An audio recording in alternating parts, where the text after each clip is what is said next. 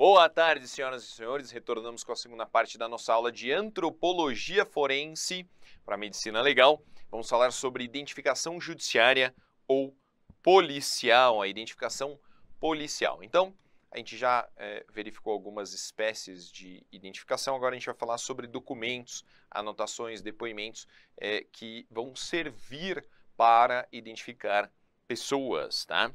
Na antiguidade, a gente utilizava algumas medidas bizarras, né, para identificar o indivíduo que tinha praticado crime, como, por exemplo, marcas no corpo, né, com ferro incandescente, mutilação da orelha, do nariz, da língua, arrancar dente, cortar a mão, né? Em alguns países aí mesmo, hoje em dia ainda é praticado a amputação, tá? Benjamin Bentham, tá? Ele sugeriu uma identificação por um sistema de tatuagens, tá? Para identificar um criminoso. E aí, olha só, Icare sugeriu você injetar parafina em determinada parte do corpo do criminoso para criar um lump, né? Uma saliência, porque a parafina é uma substância que não é absorvida pelo corpo, gera aquela saliência e você poderia marcar o cara como criminoso, né? Olha só que bizarro. Aqui, ó, a gente tem uma marca de ferrete no rosto, tá? Por esse momento de técnica de identificação policial pelo ferrete. Aqui você marca os criminosos, os escravos e os animais. Uma fase utilizando mutilação, tatuagem, tá? O órgão, né, correspondente ao crime, você pode mutilar a mão, a língua, a narina. As tatuagens, né, das tribos indígenas, os Maori, na Nova Zelândia, no Japão, na Nigéria, os nazistas, né, utilizavam, a SS tatuava o tipo sanguíneo no peito, tatuavam também o número do judeu no campo de concentração. E aí, Alphonse Bertillon criou um método de antropometria, o método Bertillon, tá? Que ele vai medir o indivíduo e criar um número de identificação para ele, né, a partir dessas medições corpóreas. O problema, né, é que o equipamento que você utiliza na medição, então você utilizava um equipamento que media as distâncias, né, da cabeça, dos ombros, tal. Esse equipamento não havia consistência, as medições eram imprecisas. Depois, com o envelhecimento, você tinha alteração das medições. E vem o caso Will West. Vocês conhecem esse caso? Então, são dois caras idênticos, fisicamente. Tá vendo? Ó, este aqui e este aqui. Tem diferença entre esses dois indivíduos? Não. Tá? Eles eram iguais e você acabou prendendo ilegalmente um cara que era parecido com o criminoso, não era o criminoso. E aí você tem outro caso de Leavenworth, no Kansas, em que um caso parecido com o do Will West foi esclarecido pela comparação das impressões digitais, mostrando que eram pessoas diferentes. Tá? O segundo momento histórico da identificação policial é o período judicial. No período judicial, percebeu-se, né, que Fouts é que percebeu. Ele publicou na revista Nature, uma revista científica, um estudo sobre as marcas das pontas dos dedos. O que aconteceu? No laboratório dele, ele tinha vidros e reservatórios com substâncias químicas. Uma dessas substâncias era álcool. Um desses frascos sumiu. E aí, ele coletou impressões digitais nesse frasco, comparou com as impressões digitais do assistente dele e descobriu que o assistente que tinha furtado o álcool de dentro do laboratório. Em 1891, Juan Vucetich classificou as impressões digitais. Foi o primeiro sistema que não só identificou, mas classificou as impressões digitais, permitindo que elas fossem utilizadas na identificação dos seres humanos. E aí, esse caso aqui, ó, da Francisca Rojas, tá? Ela matou seus 2 filhos e depois cortou a sua própria garganta para simular a participação de um terceiro, né? E graças ao sistema de Vucetich, que foi desenvolvido em 1891, em 1892, você conseguiu identificar a presença somente daquela mulher dentro da casa, naquela faca. Portanto, esclareceu um caso de homicídio, na verdade 2 homicídios, né, os 2 filhos, com base no sistema de Vucetich. Olha só, a implementação do sistema de Vucetich, de classificação das individuais datiloscópicas, aconteceu no Reino Unido por intermédio da Scotland Yard em 1901, nos Estados Unidos por intermédio do FBI em 1924 e no Brasil em 1903 pelo decreto 4764, tá? A gente tem leis que trabalham a identificação civil no Brasil e a identificação criminal, a Lei 12.037 de 2009 e o artigo 5º da Constituição Federal, inciso 57, tá? A gente não pode utilizar a mutilação para identificar o ser humano, porque isso viola a dignidade da pessoa humana, mas a gente pode utilizar outros métodos de identificação criminal, como, por exemplo, a criação de um RG criminal. Então, olha só que interessante. Tá? No Brasil, nós temos os RGs, o Registro Geral, que é um método de identificação do indivíduo, uma identificação por individuais datiloscópicas, as 10 individuais datiloscópicas, elas são colocadas numa ficha de identificação civil junto com a qualificação completa e uma fotografia 3x4 do indivíduo. É assim que você tira um RG. Tá? Quando você pratica um crime, tá? É gerado um segundo RG, um RG criminal. O RG criminal ele vai possuir as mesmas informações do RG civil. No entanto, ele tem uma numeração específica. Existe uma faixa de RGs em São Paulo que foi destinada aos RGs criminais. Então, hoje, os RGs criminais, eu acho que são em torno de 6 milhões, tá? 6 milhões em São Paulo. Eles estão inseridos no EIFES. Então, é muito mais fácil você encontrar um criminoso pelo RG criminal do que pelo RG civil, porque a base de dados que você vai procurar é bem menor.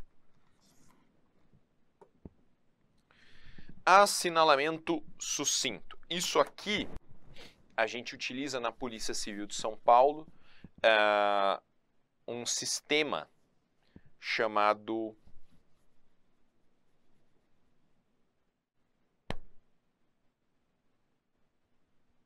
deixa eu lembrar.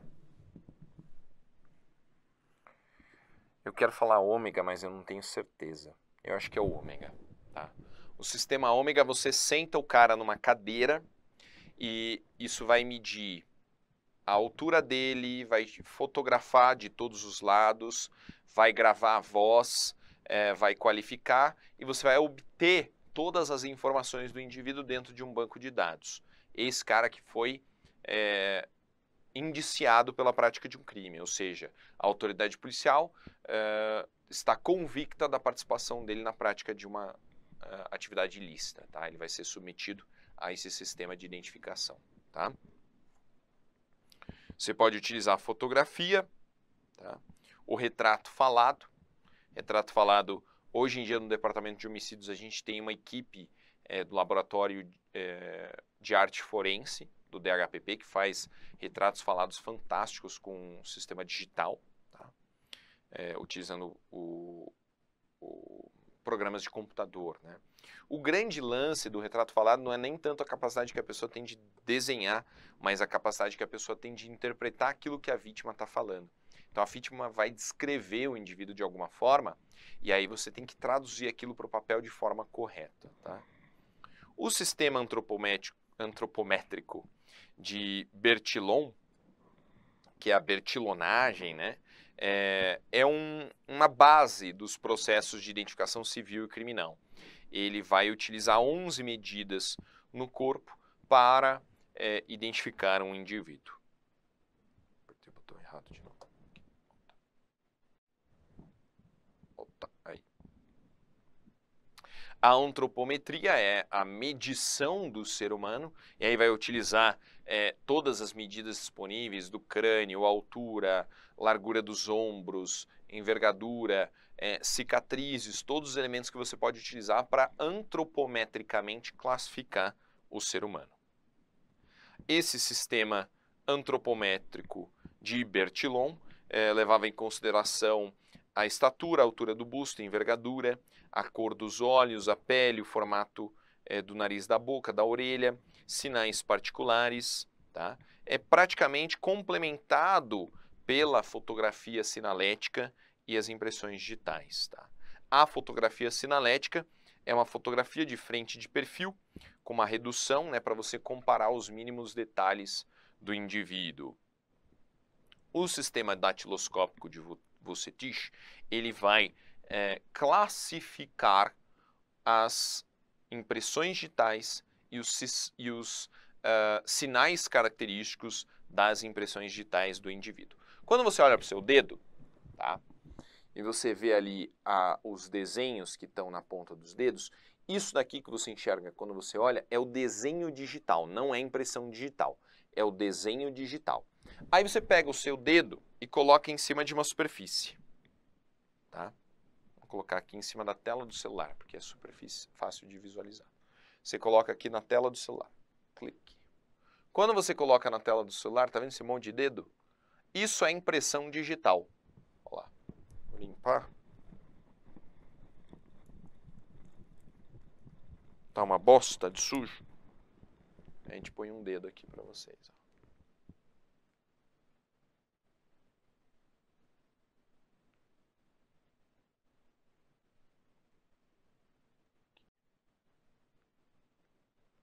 Isso aqui é uma impressão digital. Tá? Como que essa impressão digital pode ser analisada? Você pode pegar uma fita, tá? Uma fita, como um durex, né? Uma fita larga, você coloca em cima, extrai, coloca em cima de uma lâmina de vidro. Ou você pode fotografar. Aquilo é impressão digital. Tá? A impressão digital ela é formada pelo suor, pela gordura, por outros elementos que estejam entintando o nosso dedo. Pode ser tinta, pode ser sangue, pode ser o resquício de algum outro líquido. O importante é que você vai ter o formato do desenho digital depositado numa superfície. Sem dúvida, o método datiloscópico é o método mais fácil, econômico e seguro para promover a identificação de um indivíduo. Tá? Quando você enxerga uma impressão digital, as linhas pretas são as cristas. Tá? Então, olha só. A impressão digital ela é formada pelo desenho digital. Então, isso aqui é o seu dedo, tá? Essa é uma visão de corte lateral. Aqui, quando você coloca o dedo na tinta, as cristas ficam entintadas.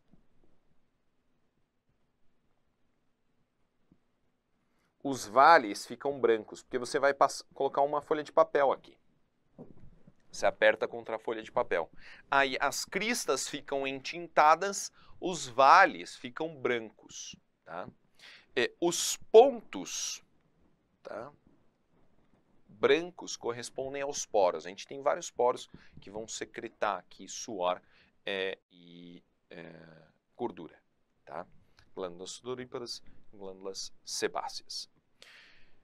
Além, dentro dos sistemas característicos, né, dos sistemas básicos de impressões digitais, você vai encontrar pontos característicos.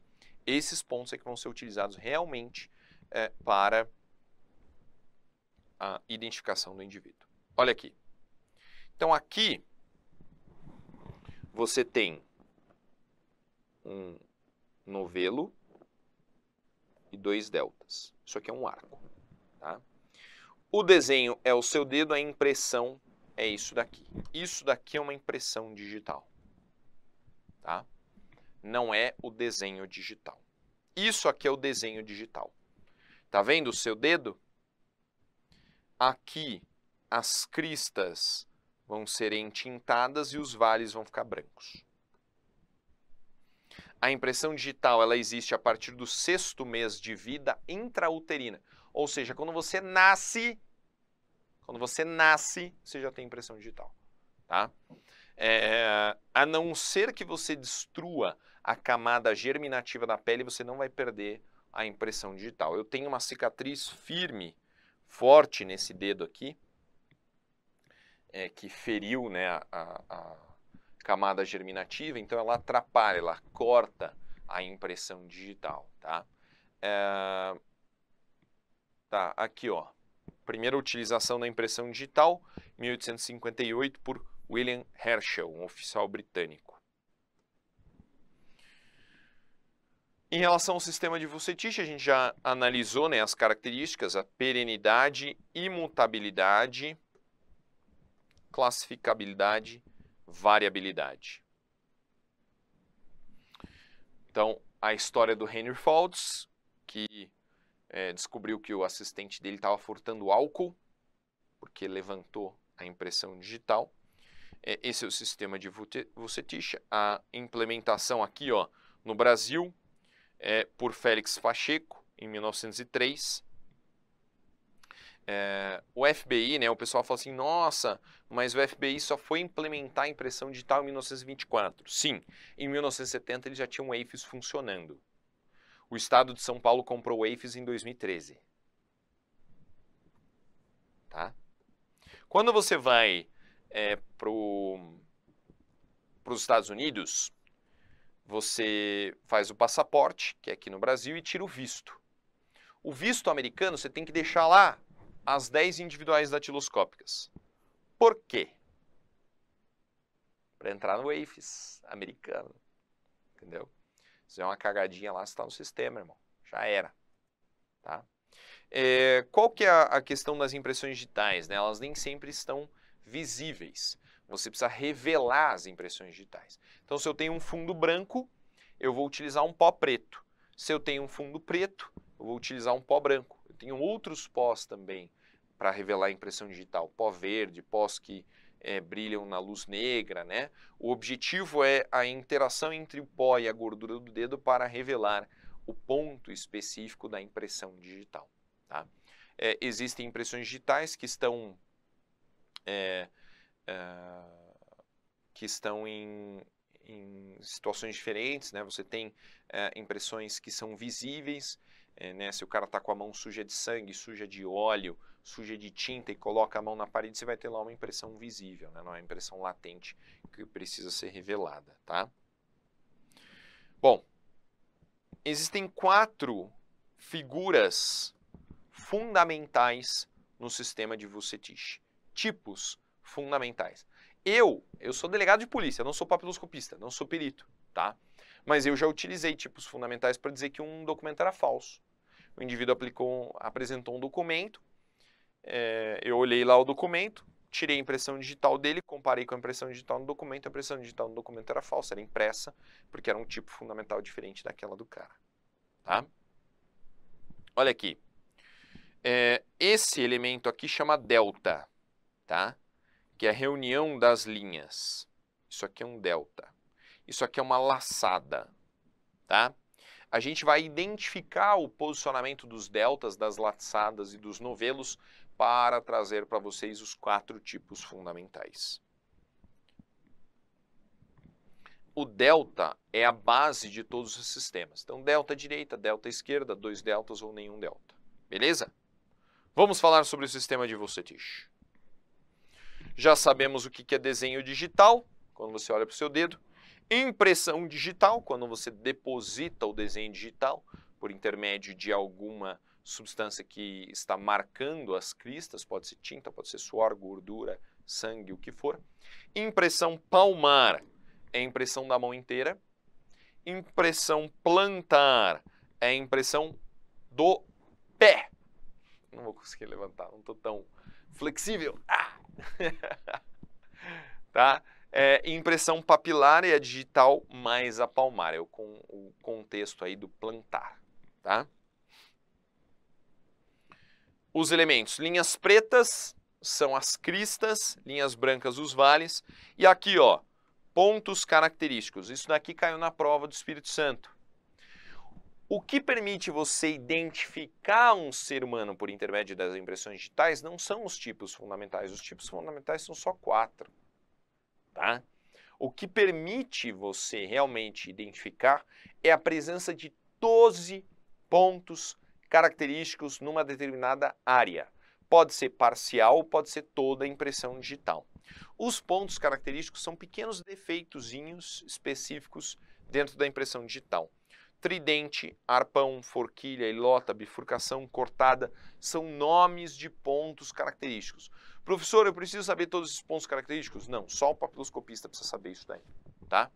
Mesmo com curso para papiloscopista, você não precisa saber tudo isso. Linha albodatiloscópica é a interrupção na linha, tá? Ela pode ser fruto da desidratação da pele. Então, você hidrata, desidrata, altera lá a formação, mas não é elemento de identificação da impressão digital. Tá? Linha interfalangiana é a divisão entre os dedos. Tá? Vamos lá. Verticilo.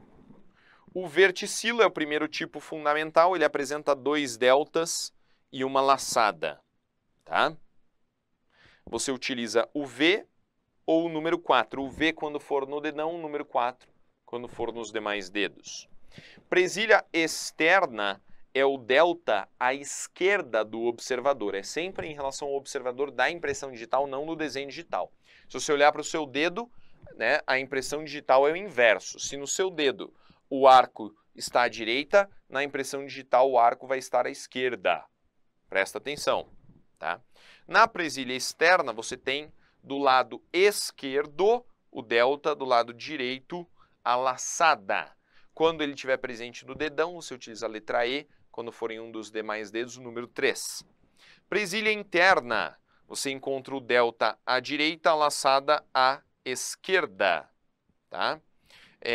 Você utiliza no dedão a letra I, nos demais dedos o número 2. E por fim, o arco.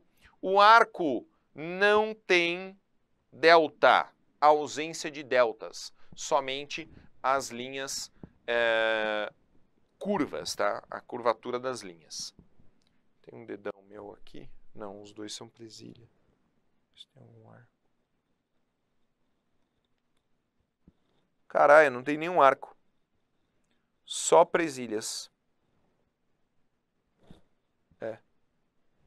É isso. Tá bom? O arco é a letra A no dedão, número 1 nos demais dedos. Beleza? Ó. Então, essa é a fórmula fundamental. Você tem aqui. É como se fosse aqui uma divisão, tá? Arco, verticilo, os dedões. E aqui os números representam os demais dedos. Mão direita em cima, mão esquerda embaixo. Essa é a fórmula fundamental do indivíduo.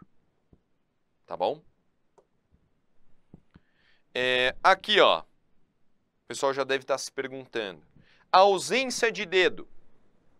Dedo amputado. Acho que o Lula é assim, né? Não sei se é a mão direita, a mão esquerda. Tá. Número 0. Cicatriz. Letra X.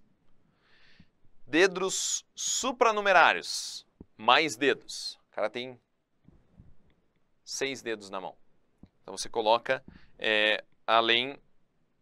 após o polegar uma letra minúscula. Tá? Beleza? Ah, tem como o cara perder a impressão? Totalmente não, né? Totalmente é muito difícil. Pessoas que trabalham com substâncias ácidas, então o cara que está lá colhendo limão, colhendo laranja o dia inteiro, né, uma substância muito ácida, ele vai ter um alisamento da impressão digital, visualmente vai ser difícil de captar. Ou o cara que trabalha com coisas abrasivas, né, lixas e outras coisas assim, também vão comer os dedos, né? Mas você consegue detectar isso com as técnicas mais avançadas de coleta da impressão digital, porque as impressões estão lá, elas só não estão tão visíveis. Ó. Isso aqui já é mais complexo, tá? São subtipos. A gente não vai tratar sobre isso, é só para vocês saberem. Arco, presilha, verticilo, tá? E aí, subtítulos. 12 pontos característicos, tá? Então, olha só, eu tenho aqui uma impressão digital.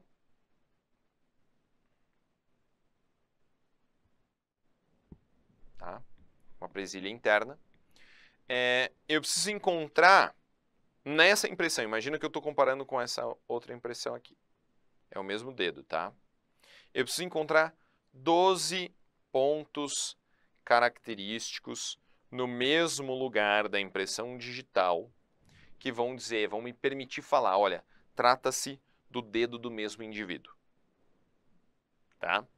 Se eu não encontrar esses 12 pontos característicos, eu não posso dizer que se trata do mesmo indivíduo. Tá? Beleza? Ó, os pontos mais comuns. Ponto, ilhota, cortada, bifurcação, confluência, encerro, haste, anastomose. Olha como é que eles parecem. Ponto, ilhota, cortada, bifurcação, confluência, encerro, haste, anastomose. Eita. Falhou aqui a voz. Tá?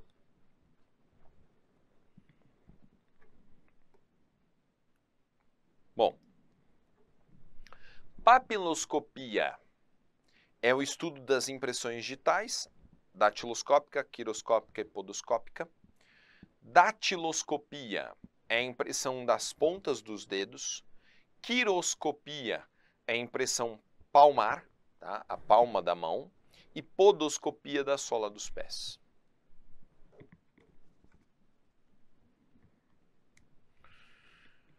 A gente tem a identificação do recém-nascido no hospital como algo obrigatório, tá? Por intermédio de impressão digital. Dá uma olhadinha aqui, ó, artigo 10 do Estatuto da Criança e do Adolescente.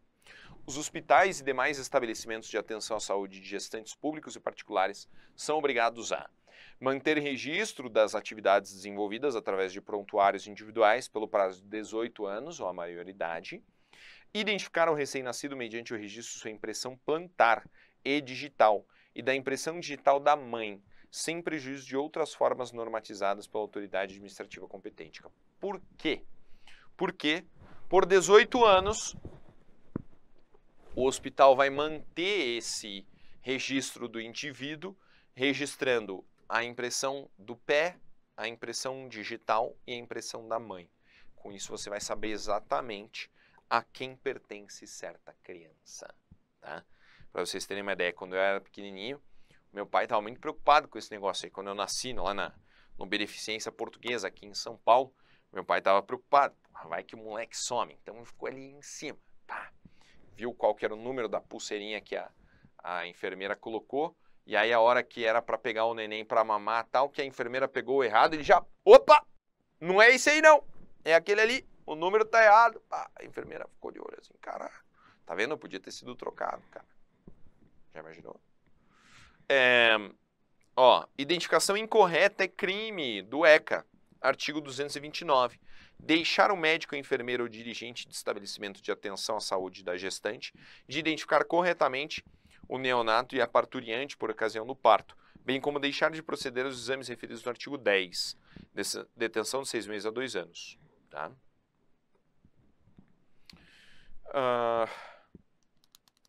Tá. Falamos sobre poroscopia, que são os poros. Tá? Os poros vão fazer pontinhos brancos na impressão digital. Albodactilograma, tá? São as linhas, as linhas brancas nas impressões digitais. Aqui a gente tem linhas permanentes, tá? E impressão plantar, que é a identificação do recém-nascido.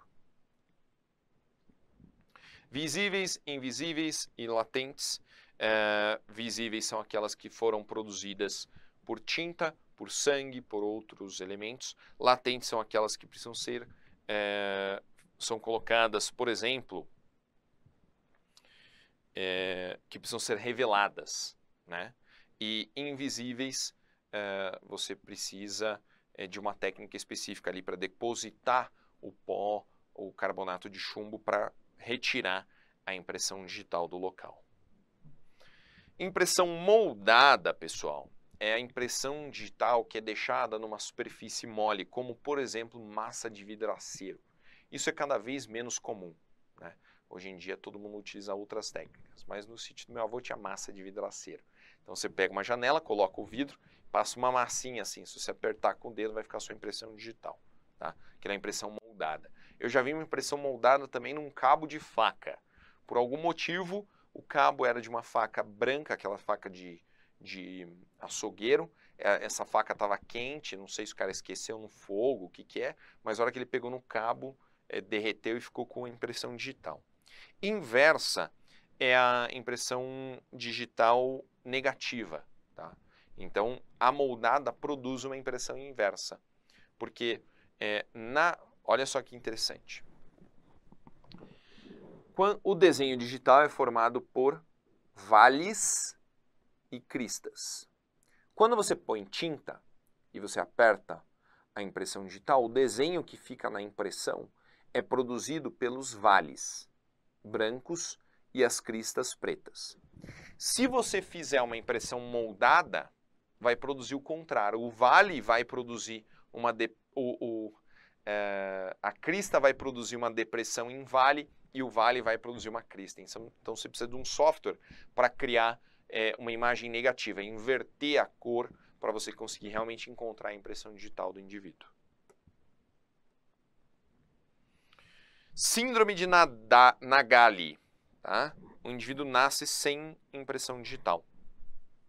Sem impressão digital. Ausência. Ó. Síndrome de Nagali, ausência de impressão digital. Muito louco, né, mano?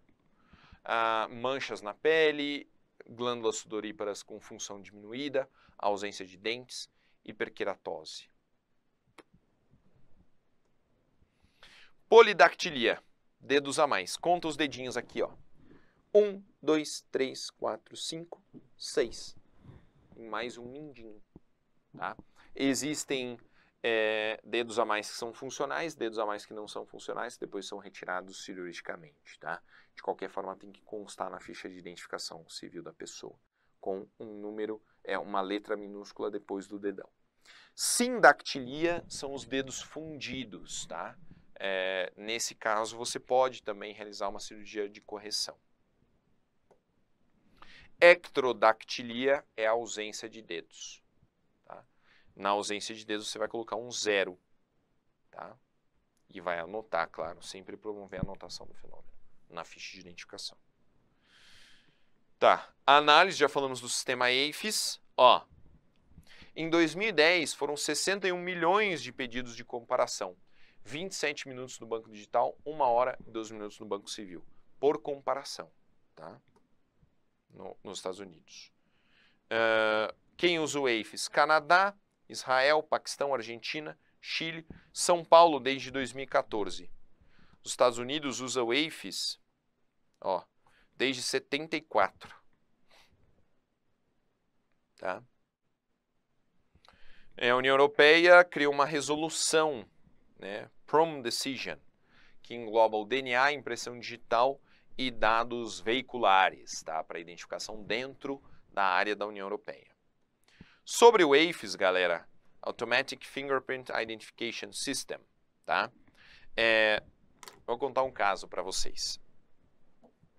Em 2013, eu assumi a titularidade do município de Juquiá, no Vale do Ribeira. Tá? Eu estava lá trabalhando e aí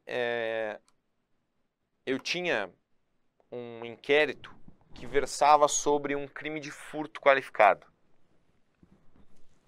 Então, criminosos entraram num banco, tá? Um Banco do Brasil, uma agência do Banco do Brasil. Eles tinham com eles cilindros para utilização de maçarico. Com maçarico, eles arrombaram os caixas eletrônicos e tiraram o dinheiro. Fugiram, nunca mais se foram encontrados. Esses cilindros de oxigênio e...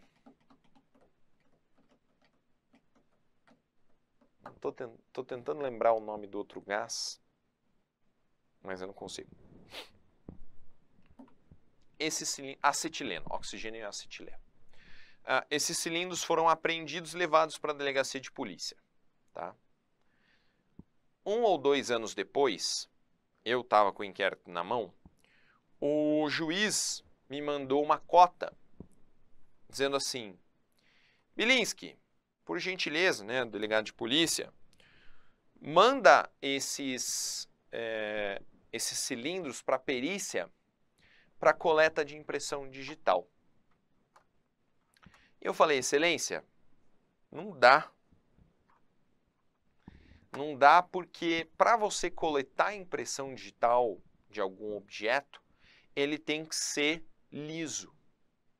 Entendeu? Aqui, ó, no meu coldre. Meu coldre é rugoso. Não sei se dá para perceber. Tá vendo? Ele é rugoso.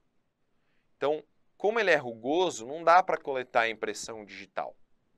A munição, isso é super interessante. Ó. A munição, o estojo, ele é liso. Já quando você insere a munição, normalmente você pressiona com o dedão contra o carregador, ó, para colocar a munição dentro. Você pressiona. Ao pressionar, ó, você deixa uma impressão digital no topo do carregador. Então, não dá para tirar a impressão digital do projétil depois do disparo, né? Então, você realizou o disparo, pum, voa o projétil. Esse projétil no chão, você não consegue coletar a impressão digital, porque dentro da câmara ele é submetido a pressões e temperaturas que degeneram, né? Desnaturam a impressão digital. Mas no momento que você insere a munição, se você pegar lá dentro do carregador, dá para pegar a impressão digital, tá? Então você não consegue coletar a impressão digital de qualquer lugar. Tem que ser de uma superfície lisa.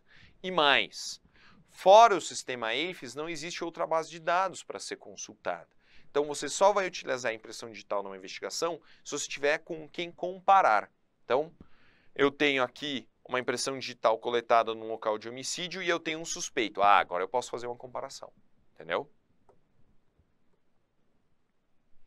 O AFIS permite que buscas de impressões digitais em um banco de dados criminal leve cerca de 27 minutos. Tá? Não é que nem no CSI, né? Que o cara coloca lá e fica aparecendo os rostinhos das pessoas assim, e daí match. Não. Olha aqui como é que é a tela do AFIS de verdade. Tá? Essa é a tela verdadeira do sistema AFIS.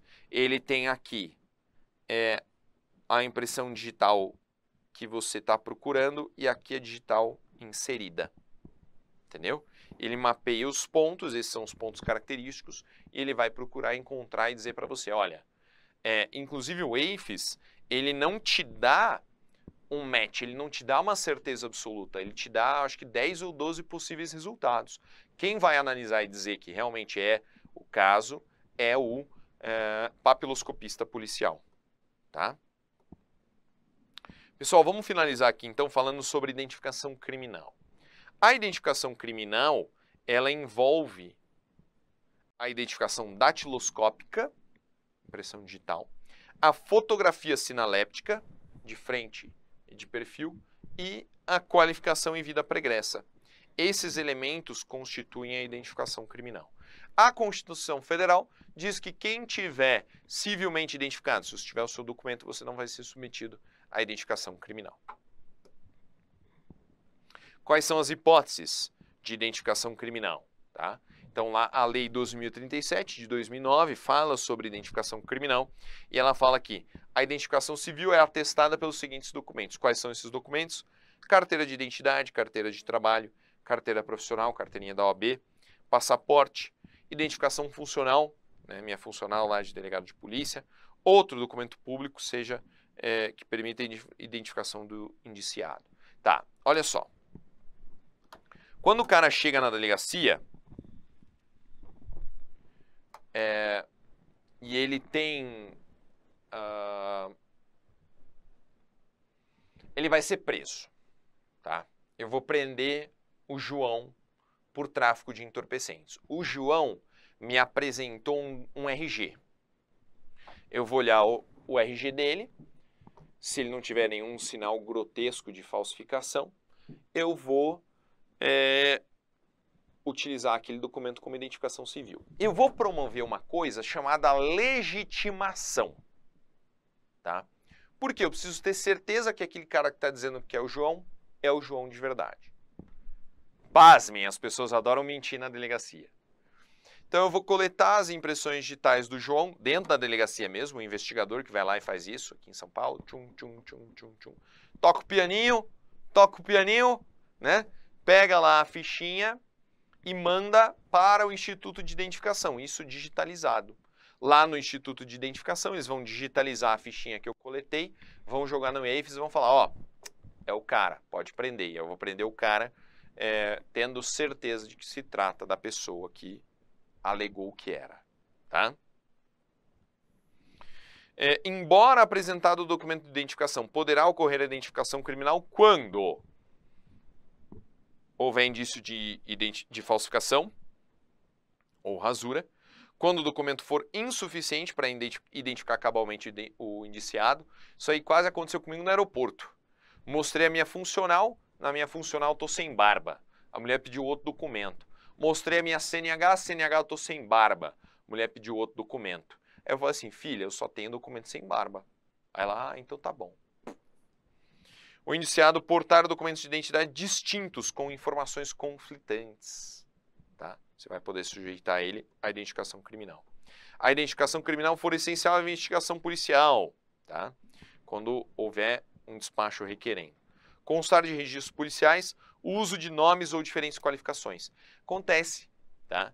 O cara, às vezes, ele vai ser preso, ele dá o nome do irmão, ele dá o nome do primo, né? Porque eles são parecidos, ele sabe a história, sabe o nome completo do pai e da mãe, ele se identifica como irmão e usa o documento do irmão. Até tem um livro sobre os Navy SEALs em que, acho que é o Mark Owen, que ele usa o documento de identidade do irmão dele para tomar cachaça, para beber. Porque nos Estados Unidos a idade para você utilizar a bebida alcoólica é 21 anos, né?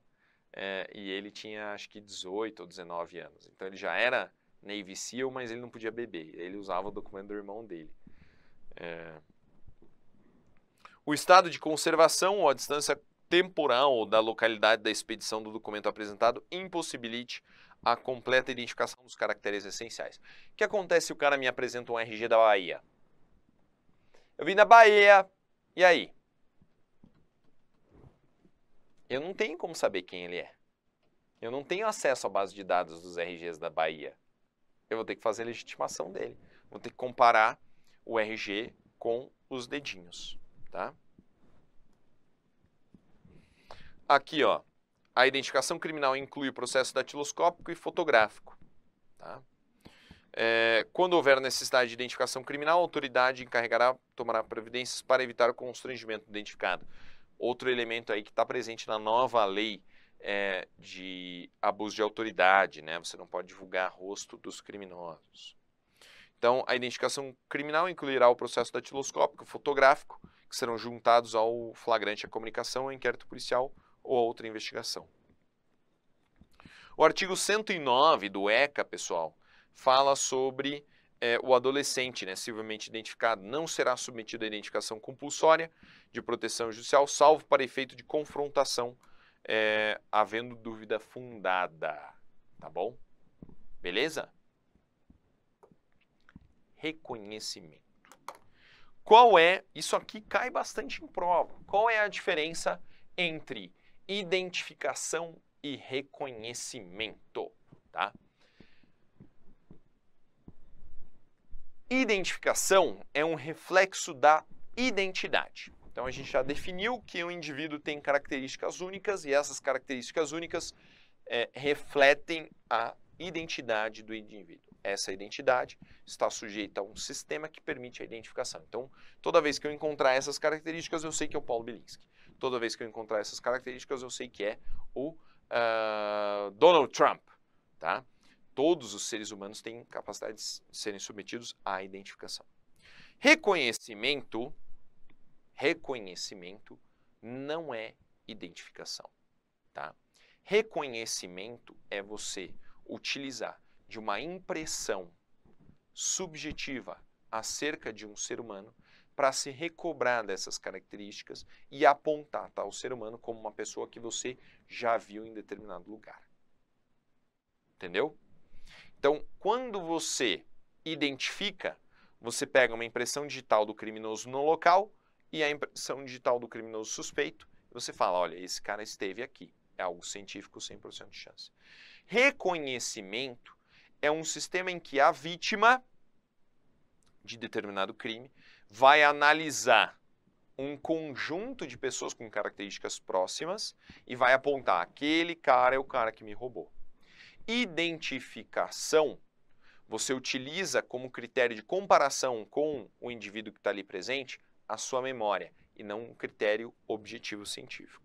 Olha só, isso aqui é reconhecimento acontecendo na prática, tá? Na prática. Tem lá um vidro, né, um espelho de uma via só, e aí a vítima fica lá olhando e aparecem os carinhas e ela fala assim, foi o número 3, tá? Reconhecimento é válido? É subjetivo, né? Se é subjetivo, você já sabe.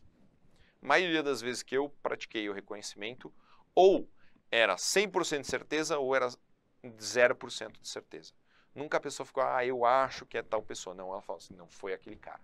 E aí você lê a resposta biológica do indivíduo. Quando ele vê, ele revive o trauma, né? Então, eu já vi uma vítima que estava envolvida num caso de homicídio, né? Ela não era vítima do homicídio em si, a vítima tinha morrido, mas ela era uma testemunha e era vítima também do caso lá.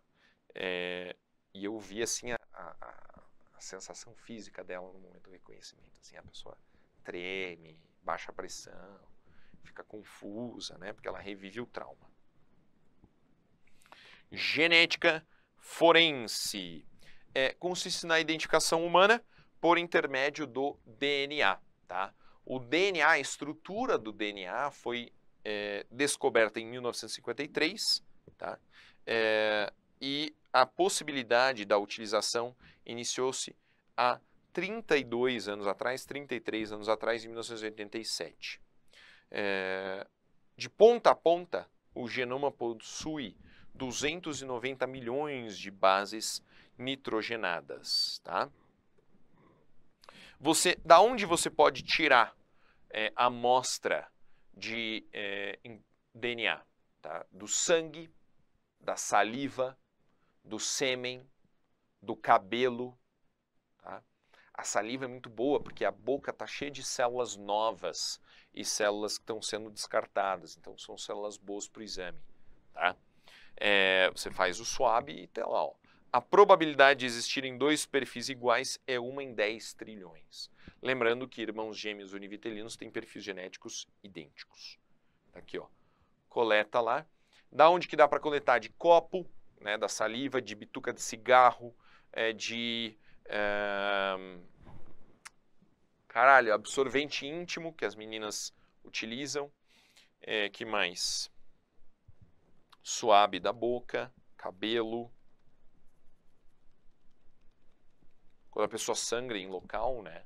Local de homicídio, em local de acidente de trânsito, tá? Você pode forçar a pessoa a fornecer material para identificação genética? Não. Tá? Ela tem o direito de não produzir prova contra ela mesma. Mas se ela quiser fornecer, o problema é dela.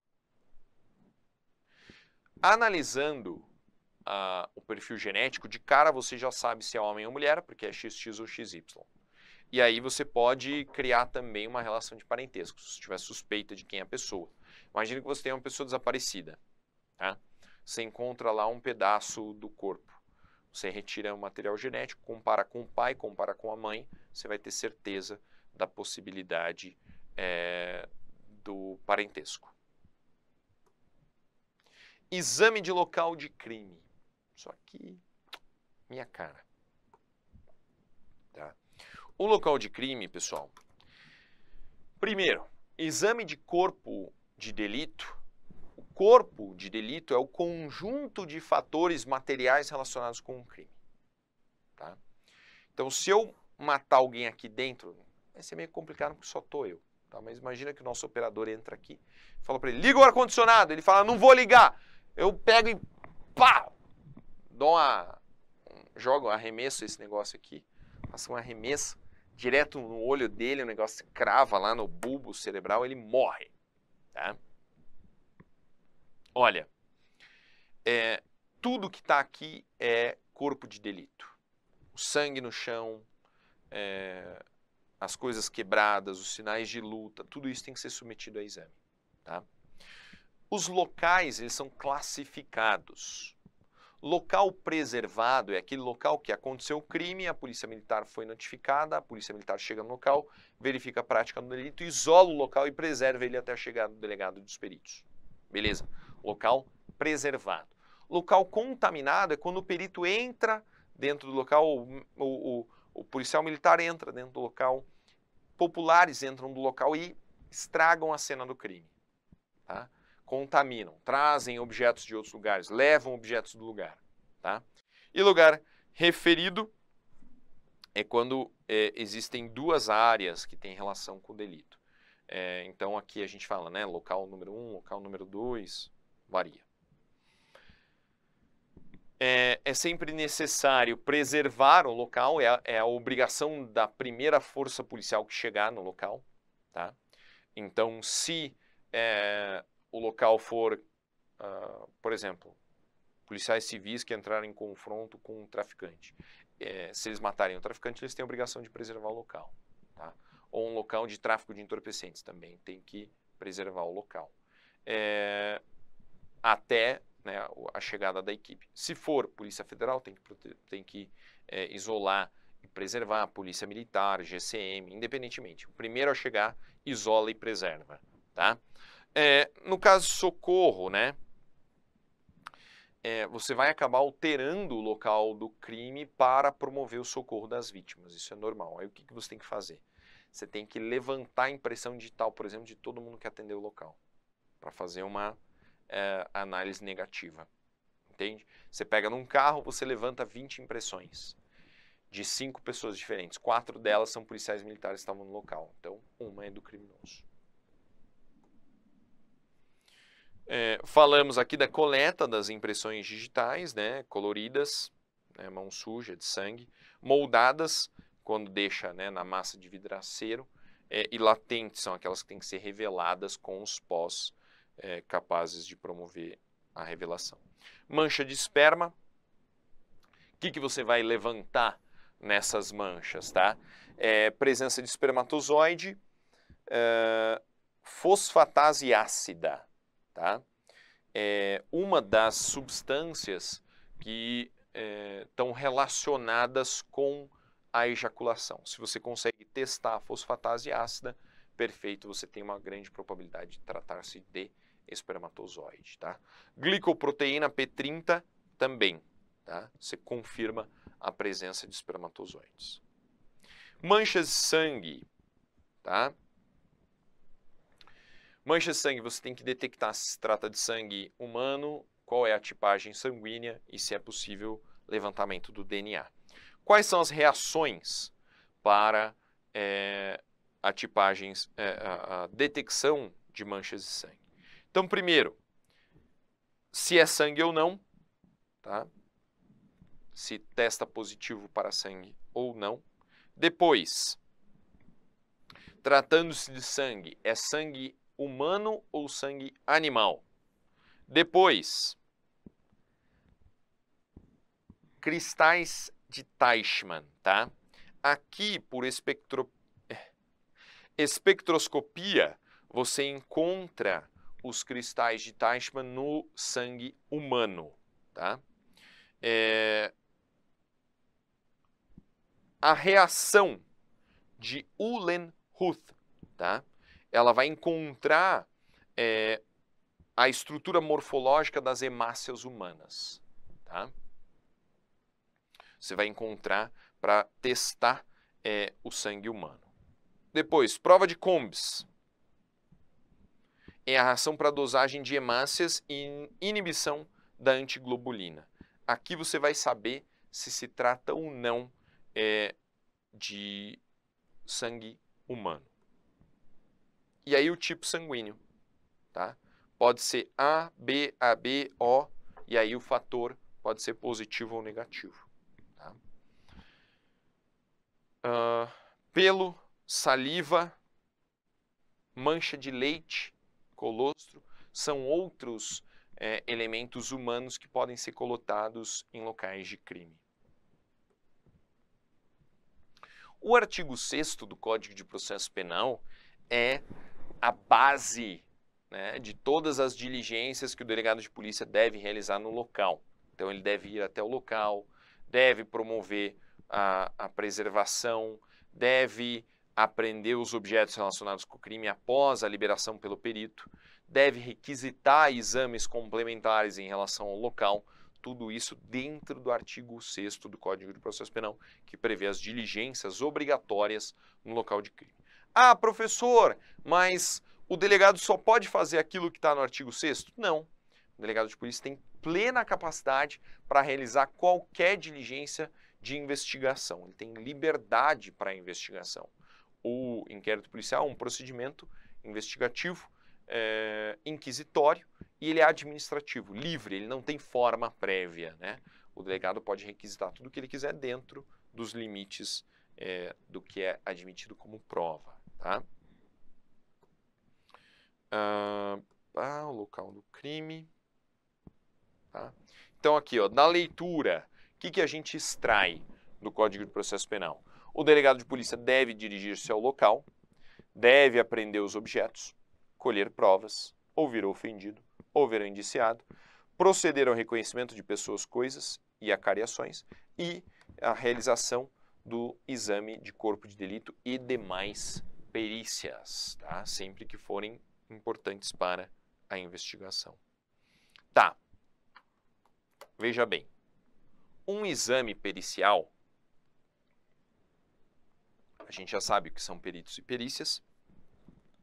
Sempre que o delegado de polícia precisar de um elemento, né, para a investigação, e esse elemento não for algo que ele pode produzir o conhecimento e a interpretação por si mesmo, ou seja, sempre que ele precisar do auxílio de um expert, seja para exames em pessoas, né, em corpos humanos, vivos ou mortos, ou partes de corpos humanos, seja para objetos, armas, drogas, veículos, locais, substâncias. Sempre que ele precisar disso, ele vai requisitar. Tá? Qual que é a diferença de requisitar e requerer? Requerer é pedir. Um requerimento pode ser negado. Uma requisição não pode ser negada, ela tem que ser obedecida, sob pena de crime de desobediência. Tá? Então, toda vez que o delegado de polícia precisar de uma prova que ele não pode produzir sozinho, ele vai requisitar a realização daquela prova. Então, um exame de corpo de delito, um exame toxicológico, um sexológico, um exame de recenticidade de disparo de arma de fogo, um exame para constatação de qualquer coisa. Ele vai requisitar e o perito vai responder. Ele requisita inserindo na requisição quesitos, perguntas, que o perito vai ter que responder sim, não ou prejudicado. Houve morte? Sim ou não? A arma é capaz de realizar disparo? Sim ou não? A substância é proibida? Sim ou não? Entende? Tudo isso vai ser respondido pelo perito no laudo. Tá? Um exemplo aqui, ó. Houve morte? Qual foi a causa da morte? Ela ocorreu mediante emprego de veneno, fogo, explosivo, asfixia, tortura, outro meio insidioso ou cruel, gerando perigo comum? Todas as qualificadoras do homicídio. Tá? O Estatuto do OAB foi modificado em 2006 e nele foi inserida a possibilidade, ó, do advogado apresentar razões e quesitos. O que quer dizer? Quer dizer que o advogado pode requisitar perícia? Não. O advogado pode apresentar um quesito. Por exemplo, eu requisitei a realização de uma perícia de recenticidade de disparo. E aí o advogado apresenta o seguinte quesito. Ele fala assim, doutor, peticiona, fala assim, olha, eu vi que o senhor requisitou aí a realização de uma perícia na arma de fogo apreendida. Eu quero saber, né, se o senhor pode inserir um quesito para verificar se a arma de fogo, além de ter tido recenticidade de disparo, se essa arma de fogo é de calibre permitido ou restrito. O que determina se uma arma de fogo é de calibre restrito ou permitido é uma normatização que vai listar calibres permitidos e calibres restritos, e isso é fácil de identificar, eu não preciso de uma perícia para isso, então eu vou simplesmente negar o quesito apresentado pelo advogado, porque é um quesito inútil, meramente procrastinatório, né, ou para comprovar algo que já está comprovado, entende? Então, o delegado de polícia não é obrigado a inserir os quesitos que o advogado apresentar, mas caso seja relevante para a investigação, ele pode. Tá.